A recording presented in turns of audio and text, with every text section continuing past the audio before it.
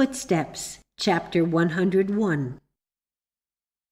One reason why I have felt led to write this exposition of our leader is so that those who read it may gain a recognition of the importance and necessity of understanding Mrs. Eddy and her teaching, together with some of the footsteps which she took in improving its expression to a point of clarity where no misunderstanding would be possible.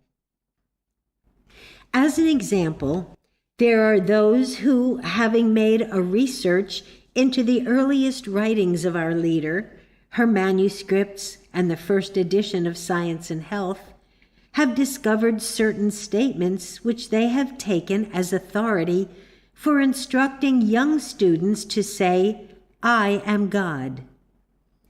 The fallacy of this interpretation lies in the fact that Mrs. Eddy herself recognized that some of her declarations made in the early days were susceptible of misunderstanding and misuse. So she was divinely guided to change these statements that they might be better adapted for study and application. This discussion is intended in no way to imply that what Mrs. Eddy stated in her early writings was untrue. It is not a question of the truth of the statements, but of their use. A correct statement may become wrong if used wrongly. Christian Scientists are very apt to state that all is mind, whereas a more correct statement is that all is mind and its infinite manifestation. When they declare that all is mind, that is not correct, since, strictly speaking, the manifestation of God is never God. It is God and His expression. The expression of mind is mind in quality, but not in quantity. It is a difference of degree. Hence, the affirmation, "I am God," might be true spiritually from the standpoint of quality, since the only I is God, but it is not true from the standpoint of quantity. Therefore, when employed in scientific practice, it becomes dangerous.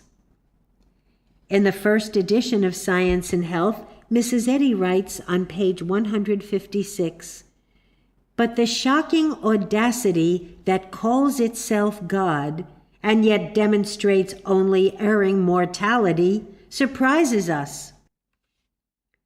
Mrs. Eddy was spiritually wise enough to recognize the needs of mankind and her students. Let us quote her words in proof of this assertion on page 237 of Miscellany. "What I wrote on Christian Science some 25 years ago, I do not consider a precedent for a present student of this science." This does not state that her earlier writings were unscientific, but that they were not expressed in words which were universally adaptable or understandable. In the solemn footsteps that man must take in claiming his divine selfhood, not one jot nor tittle of the spiritual law can be set aside.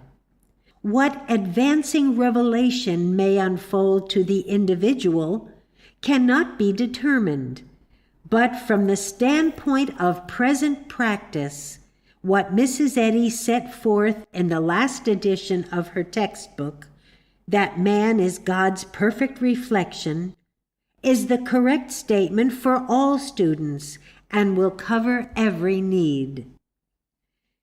On April 22, 1903, when Mrs. Eddy was planning a concordance, she wrote as follows to the compiler: "My last changes of Science and Health may continue so long as I read the book, but I will stop now, and you may finish the concordance immediately.